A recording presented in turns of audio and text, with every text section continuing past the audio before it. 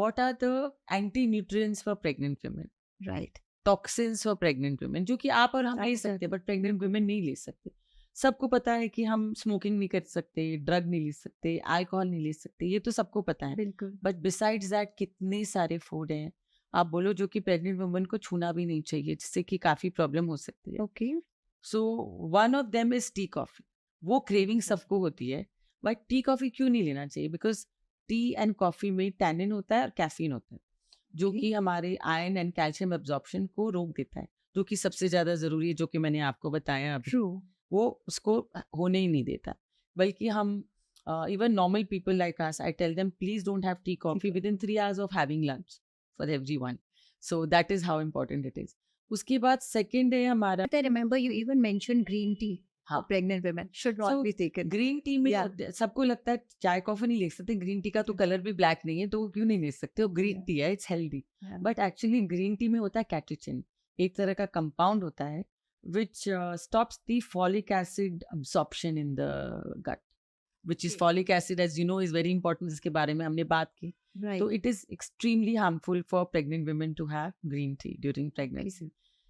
Then we come to like say microwave popcorn, very bad. Microwave का तो खाना ही नहीं खाना चाहिए. हमको तो जो नॉर्मल खाना बना है वो और वैसे ही खाना चाहिए. अब कैफीन एंड टैनिन में एक और एक्चुअली मैं भूल गई बताना, कोकोआ जो कि डार्क चॉकलेट में होता है, उसमें भी कुछ मात्रा में हमारे वो मिलता है हमें कैफीन. True. तो वो हमको अवॉइड करना चाहिए. देन वी हैव माइक्रोवेव का तो कुछ भी खाना नहीं, स्पेशली पॉपकॉर्न तो लेना ही नहीं चाहिए. Then we have air fryer. Air fryer actually इतना ज़्यादा पॉपुलर हो गया, लोगों को लगता है वेट कंट्रोल करना है एयर फ्रायर में सब कर लो. बट चूंकि air fryer happens at a very high temperature, तो उसमें 2 हार्मफुल कंपाउंड्स हो जाते हैं जो कि which is not very good for you. So air fryer में क्योंकि it's at a very high temperature, उसमें कुछ नेगेटिव कंपोनेंट्स आ जाते हैं. One is acrylamide and second is polycyclic aromatic hydrocarbons, which can be really harmful for the fetus and the mother. So air fryer में मतलब लोगों को लगता है इसे कम कैलोरीज में बनता है, but I would prefer that they don't resort to such artificial machines which is microwave and air fryer.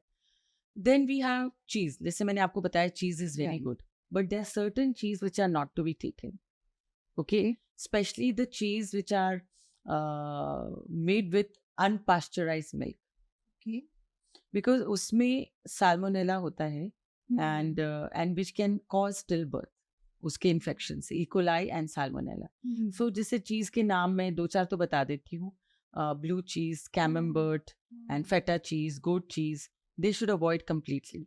Hard cheese ले सकते हैं, but of course I will give you Absolutely. उसके बाद fish, as I mentioned, is a very good source of protein and it is so good in omega.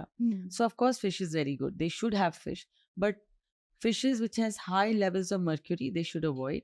It can cause issues with the baby and the mother.